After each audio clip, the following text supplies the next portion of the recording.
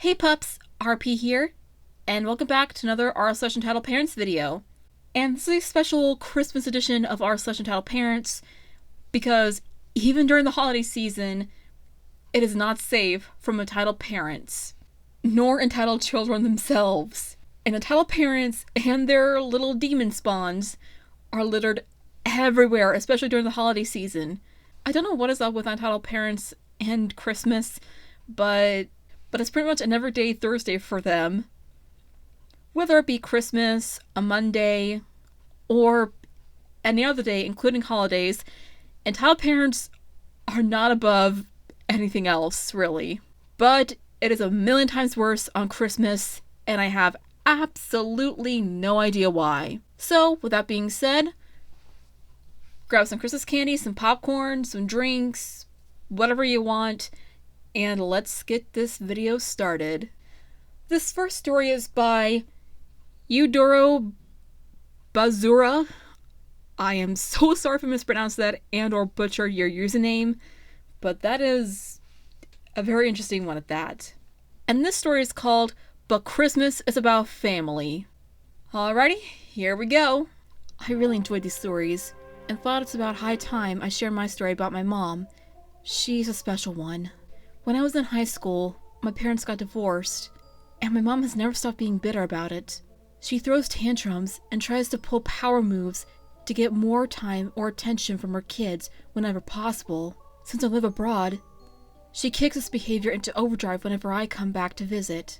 Sorry to pause the story here, but are you sure that your mom and my mom are the same moms? Now I get it, my mom has gotten help since then, but oh boy, did she throw the biggest temper tantrums and anger fits. But she was older than I am. She was probably in her late 30s, mid 40s, somewhere between that age. And I tell ya, as a woman in her early 20s, I don't act like that. Thank goodness I do not. I learned from my mother's mistakes.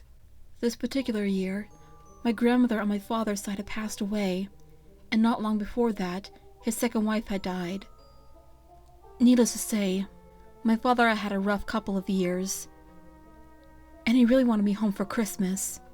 I didn't have the funds to buy a ticket, so he bought me one. He even paid extra to get me a more comfortable seat on the exit rows on a direct flight so I could get there quickly and in comfort. He was picking me up at his place for an entire visit and feeding me all the food I could eat, not ever once asked for a cent. The only thing he wanted was my company at the holidays, and how could I say no to my recent widowed father? It was lovely to spend time with him, meet the new lady in his life, and eat everything I can't get here. Of course, I can't go home and not tell my mom I'm coming, or visit her.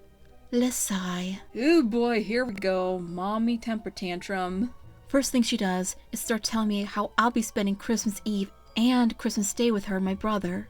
I told her that's unreasonable, since my dad paid for me to be home to spend time with him, and she can have one day but not both. Not that money is the most important thing ever, but my dad has put so much into bringing me there, and deserves the greatest benefit, as opposed to the whiny selfish brat I have for a mother. She starts whining and laying on the guilt trip. But you're staying with your dad! He can see you every day! It's not fair! I'm only asking for Christmas Eve and Christmas Day. Christmas is about family. Yeah, Mom. Christmas is about family. Which is why I want to see my dad, his brothers, and my cousins. We were planning a sort of belated memorial dinner for my grandma, since most of us would be able to be together. Mom starts threatening to just show up at my uncle's house to crash the dinner since we're still married in the eyes of God. I'm still part of this family. Thankfully, Dad's side of the family was prepared for her drama, and had planned for us to meet on Boxing Day, but I still want to spend the 24th or 25th with my dad. So Mom brings up her trump card. I already told your grandparents you were coming to visit. Great. She always uses her parents, who I adore, Rip Grandpa. He passed away a few years after this, as a way to get what she wants. They're only available to visit on Christmas Day. They're elderly. They don't do anything but read books and nap, but it's not worth it to argue. I talked to my dad. He's super understanding. He was married to her for nearly 20 years, He knows how she is. And I'm off to my mom's house for Christmas Eve. My brother and I are chilling out, cracking jokes, and reminiscing about dumb kid stuff. Mom is insisting we have to eat the stuff she likes, drink what she wants, and watch all the Christmas movies she wants to watch. When I get a text from my best friend of 15 years, his mother, who was battling cancer for years, had just passed on. I'm in shock. I tell my mom I need to go to his house right away, since he's home alone, and has just lost his mother to cancer. But it's Christmas Eve, you can't go. His mother just died. He is alone. I'm going there to make sure he's okay. No, you can't go. Christmas is about family. His family is dead, and he is alone. I'm going to his house now. My mom's actually shocked I'm snapping back at her. Okay, fine. Go tell him I'm sorry about his mom, but you had to be home by 10. It's Christmas. It's 9 p.m. and I'm done with her shit. I'm going to his house, and I will come back when I decide to. Do you really think an hour is enough time when his mother just died? Okay, go. But be home by 11. Christmas is about family. By this time, my friend had just arrived. He drove over to pick me up since I can't drive, and I just walked out without a word. I came home sometime after my mom's curfew, quote-unquote, and somehow survived the rest of the holiday. Mom never apologized or saw the error of her ways. Thankfully, my friend was okay with the time, and while I'm super sad his mom died, I'm glad I was there when it happened. And yes, my mom did whine a bunch about me spending time to go to the funeral instead of spending time with her. Remember, Christmas is about family, not just the dead or grieving ones. And I completely agree with you. And the fact that the mom never saw the error of her ways or never apologized is just humanly disgusting. I can tell that this woman has narcissistic personality disorder by a long shot. Guilt-tripping her kids, using excuses to get what she wants, all of that jazz. I really hope that this person got out of that house the very minute and moved in with their father and never had any contact with the mother ever again. I mean, if that were me, I would cut all ties with my mother and say, don't ever talk to me again if you're going to act like this. The only way that we can communicate once again is if you get help and change for once. And seriously though, these are the kind of stories that are actually pretty interesting. It's not about the mom getting what she wants for her kid because she's a parent. It's one of those stories where the parent acts like a total absolute brat and the kid is actually well behaved. And in some cases, the kid does have the entitled parent. Believe me when I say this, it happens. This next story is by Unicorn92243. I love your username, by the way. Another story about my awful mother. Not that my grandmother was really any better in either situation, but my mother was the worst. So here we go. 2 stories for the price of 1. I can't remember exactly how old I was, but I was still a child young enough to be calling my mother Mama. Like most children, I badly wanted to please her and impress her. It wouldn't be until I was older that I realized what a terrible person she was and no longer cared what she thought. For my mother's birthday, I wanted to do something special. I didn't just want to buy her something. I decided to make her something instead. Something I could really put hard work and care into. My grandmother liked to crochet and also had a couple of knitting needles. I could crochet a little, but knitting tends to feel softer. I decided I wanted to knit her something. Now, I didn't even know how to knit, but my grandmother had a bunch of magazines, and I found instructions on how to make a scarf. I even used 2 different colors to give it stripes. I literally taught myself how to knit, and when the time came, I proudly gave the gift to my mother. She even smiled and thanked me. I was bursting with joy, feeling like I had finally done something right. But after a while, I noticed something. She never, ever actually wore it. Why don't you ever wear the scarf I made you? Like, it's not even cold enough to wear. Besides, it doesn't go with anything I own. My joy crumbled. I was crushed.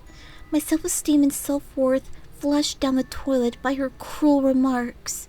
I never made anything for her again. Years later, when I became a young adult, no longer a minor but still young, it was near Christmas, and I overheard my mother and grandmother talking about their old record collection. and how I was ashamed that they no longer had a record player. So to be nice for Christmas, I got them a beautiful wooden player that not only played records, but cassette tapes, CDs, and had a radio. I was thanked for the present, and they only used it about once or twice before letting it just sit to gather dust.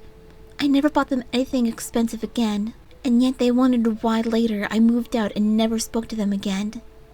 Edit. For anyone who might think I was overreacting or being too sensitive, this is one of the many nasty abusive things they would do to me. Holy freaking crap! I am so glad that you moved out the minute you could. But I mean, again, this is yet another case of an entitled mother being the spoiled brat, or the entitled parent being the spoiled brat, and the kid just being well-behaved, wanting to do nice things for the parent, and they shit all over the nice things their child has done. Like, that's not cool, man. That's not nice. I mean, your child gave you a scarf and you didn't even freaking wear it? Yeesh. And then they went out of their way to get you an expensive gift and you never even use it? Only like once or twice? Yeesh. I mean, I feel your pain, my dude. Or my lady, I'm not sure what your gender is. But my mother was kind of the same way, but at the same time she kind of wasn't. Just... No. Parents, you don't do this shit to your child. But I mean, this is kind of like a mental and emotional and verbal abuse in a way. Saying that, oh, I love this gift that you made for me or that you bought me. I love it so much. And then later you never use it, never wear it, never do anything with it. And then say, I don't even like it. It doesn't even go with anything. I don't even like it. I hate it. It's... Just... No. Parents, don't do that. No. Bad.